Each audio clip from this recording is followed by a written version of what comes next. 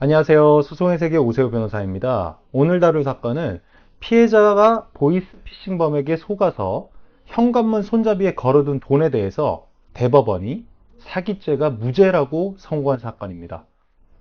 가해자 A씨는 보이스피싱 인출책, 즉 수거책으로 일을 했습니다.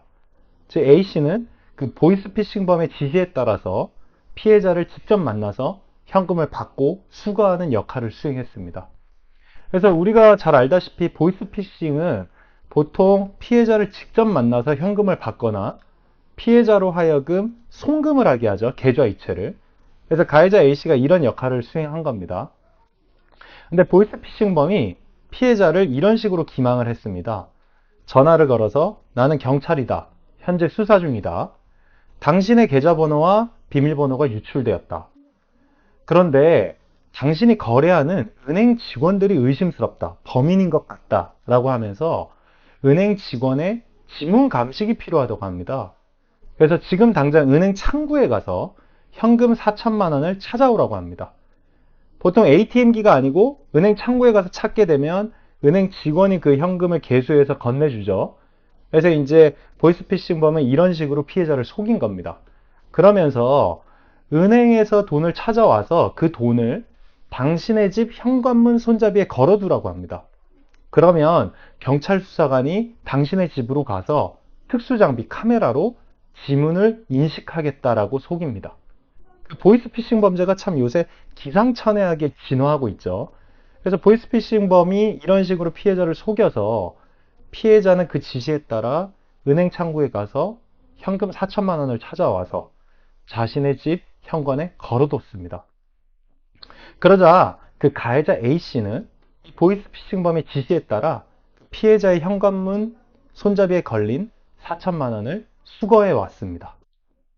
그래서 검사는 이 사기죄로 A씨를 기소를 했습니다. 그런데 법원 판결은 좀 갈렸습니다.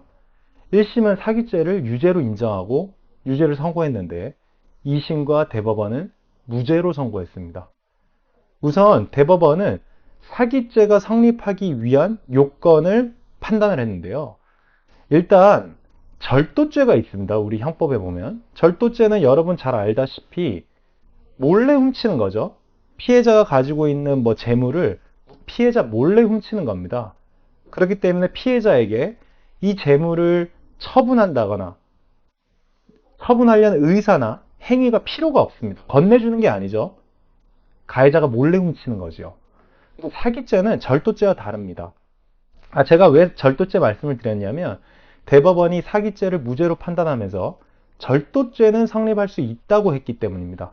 하지만 검사가 사기죄로 기소를 했기 때문에 대법원은 사기죄에 대해서만 판단을 할 수 있는 거죠. 그래서 사기죄에 대해서 무죄를 선고한 겁니다. 자, 그러면 절도죄와 달리 사기죄는 피해자가 가해자에게 속아서 피해자가 재물을 직접 교부를 해야 됩니다. 즉 재물을 처분하려는 의사와 행위가 필요한 겁니다. 그래서 기망당한 피해자가 재물을 처분해야 하는 겁니다. 즉 피해자 스스로 그 재물의 점유를 가해자 측으로 이제 옮겨주는 거죠. 점유 이전을 해주는 겁니다. 근데 이 사건에서는 피해자가 자신의 현금 4천만 원을 가해자에게 줄 의사가 있었나요? 없었습니다. 현관문에 4천만 원을 걸어둔 이유는 가해자가 그 현금을 가져가겠다고 한 게 아니고 그냥 지문 감식만 하겠다고 해서 걸어둔 겁니다. 지문 감식이 마치고 난 뒤에는 피해자가 당연히 현금을 집으로 수거했겠죠. 그래서 이 사건 피해자에게는 그 재물을 처분하려는 의사도 없었고 행위도 없었습니다. 속아서 그저 현금을 현관문에 걸어둔 겁니다. 즉 그 현금은 여전히 피해자의 점유하에 있었기 때문에 피해자의 처분 행위가 없는 이상 사기죄는 인정될 수 없다라고 판단한 사건입니다. 자, 그럼 형법에 있는 죄를 간단히 비교를 해보면 자, 절도죄는 아까 말씀드린 것처럼 피해자 몰래 훔쳐서 그 재물의 점유를 이전하는 겁니다. 가방 안에 있는 현금이라든지 휴대폰이라든지 몰래 훔쳐가는 겁니다. 자, 그럼 강도죄는 어떨까요?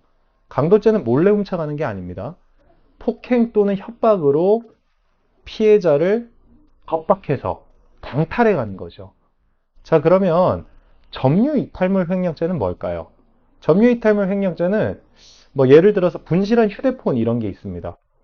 피해자가 뭐 지하철에서 자신의 스마트폰을 분실했는데 누군가가 그 스마트폰을 가져가서 본인이 가질 의사로 취하는 겁니다.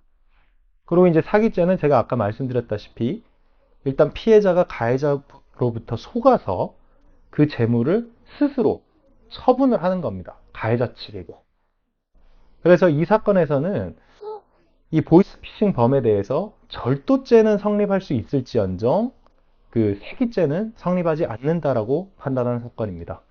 소송의 세계 오세호 변호사입니다. 감사합니다.